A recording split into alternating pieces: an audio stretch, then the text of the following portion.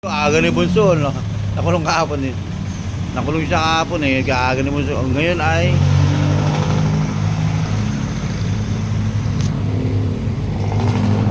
ano na ngayon? February 5. Wait lang, meron kang pagkain sa akin.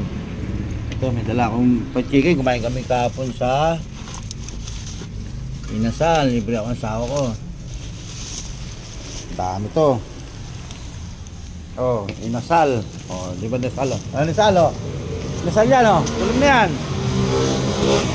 Bye-bye. Uy, galing mo ah. Takbo. Kalkalin. Ayan.